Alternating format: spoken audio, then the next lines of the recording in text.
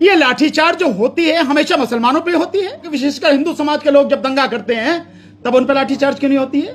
तब क्या होता है? जब आप उसके बरेली की बात कर रहे हैं तो बरेली में जो मौलाना हैं उनके जो करीबी हैं उनकी बिल्डिंग को तोड़ दिया गया, बुलडोजर चल गया। तो अब से पहले वो बिल्डिंग रातों रात तो बननी गई थी, कोई जिन्न तो आया नहीं था बनाने के लिए, कोई दूत तो आया नहीं था बनाने के लिए, क्या रातों रात उस बिल्डिंग को खड़ी करके सालों से वो बिल्डिंग बन रही थी? बिल्डिंग बनने किसने दी? वो प्रशासन के लोग कहां हैं? वो वहां के बरेली अथॉरिटी वगैरह के जो लोग होंगे, जो कॉर्पोरेशन के लोग होंगे, वहां के डीएम वगैरह होंगे, कलेक्टर जो हैं, वो कहां थे? वो किस बिल में घुसे हुए थे? क्या वो इसके लिए जिम्मेदार नहीं है? अगर वो अनऑथराइज कंस्ट्रक्शन था तो तब क्यों नहीं रोका गया उसे? क्यों बनने दिया गया उसे? ये जो सरकार है ये कातिलों की सरकार है, खून मुंह लगा हुआ है इस सरकार के। इसका इतिहास देख लें, जो लोग आज सत्ता में ये बैठे हैं इनका इतिहास देख लें, खून मुंह लगा हुआ है इनके। तो कुछ भी कर सकते हैं ये, सोनम वांगचुक हो या कोई भी हो या मेरे जैसे लोग हो, किसी को भी झूठा मुकदमा बना के डाल सकते हैं, किसी को भी मरवा सकते हैं।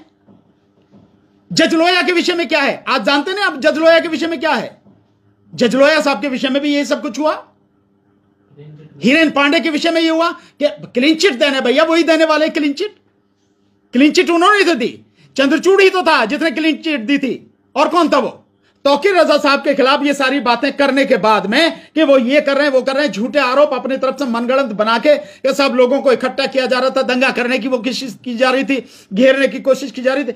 आज सब ये सब करके आप, क्योंकि आपके हाथ में ताकत है और आप ताकत के दम पर किसी को भी मिट्टी में मिला देते हो, वो ये सारी चीजें कर रहे हो, तो वो भी कानून के विरुद्ध सारा काम किया जा रहा है। तो सोनम वांगचुक हो, तौकीर रजा हो, या ऐसे कोई भी वो लोग हों जो लोकतांत्रिक तरीके से अपनी बात कर रहे हैं, उन सबके खिलाफ इस सरकारें ये काम कर रही हैं। और सर जो सीएम जिस प्रकार की भाषा का इस्तेमाल कर रहे हैं कि मौलवी को पता नहीं है किसकी सरकार है, या टिकट कटवा देंगे, ये सारी चीजें, ये भाषा इस बात का संकेत देती हैं, इस बात का खुला प्रमाण है कि आज सरकार में किस तरह की मानसिकता के लोग बैठे हैं।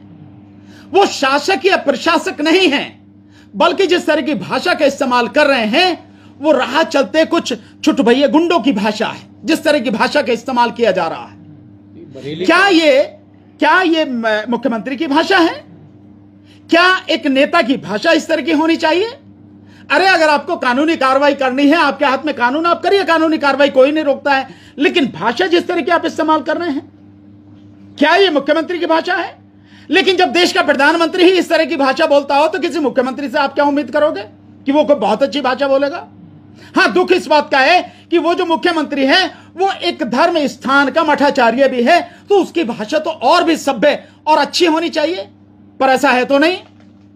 तो मुस्लिम ये कह रहे हैं कि हमें अकेला छोड़ दिया, विपक्ष ने जो हमसे वोट लेता है वो आज हमारे साथ खड़ा नहीं हो रहा। तो भैया ये विपक्ष से पूछो, हमसे थोड़े, हमें तो वोट थोड़ी नहीं है। बरेली का जो मुद्दा है, बरेली का मुद्दा प्रायोजित है, वो प्रोजेक्टेड है। वो एक्चुअल में कैसे प्रोजेक्टेड है? जो वोट चोरी का मुद्दा बहुत हाईलाइट हो रहा था, उसको दबाने के लिए उन्होंने बहुत कोशिश की है, तमाम सारे ऐसे इंसिडेंट्स किए हैं। वो सारा प्रोजेक्टेड मुद्दा है, वो कोई खास मुद्दा नहीं है। और आप देखिए उसके बाद कितना सारा जो वोट चोरी का मुद्दा है, और मोदी जी जो है ना आंख में आंख डाल के जो बात करने वाले थे, उनकी आंखें कितना शर्मिंदा फील कर रही हैं। उस माहौल को दबाने के लिए बरेली का मुद्दा उठाया है। बरेली का कोई खास मुद्दा नहीं है। नहीं डॉक्टर साहब, इसके विषय में मैं और बता, एक और मुद्दा उठाया जा रहा, जो मेवात में कुछ जमीन दी गई है वहां पे बूचड़खाने वगैरह बनाने के लिए भी, ये भी उसी तरह की कोशिश है लगातार, प्रायोजित है। ये सब कुछ वेल प्लान्ड है ताकि ये जो SIR हो रहा है, ये जो वोट चोरी का मुद्दा। अगर वीडियो अच्छा लगा तो लाइक, कमेंट, शेयर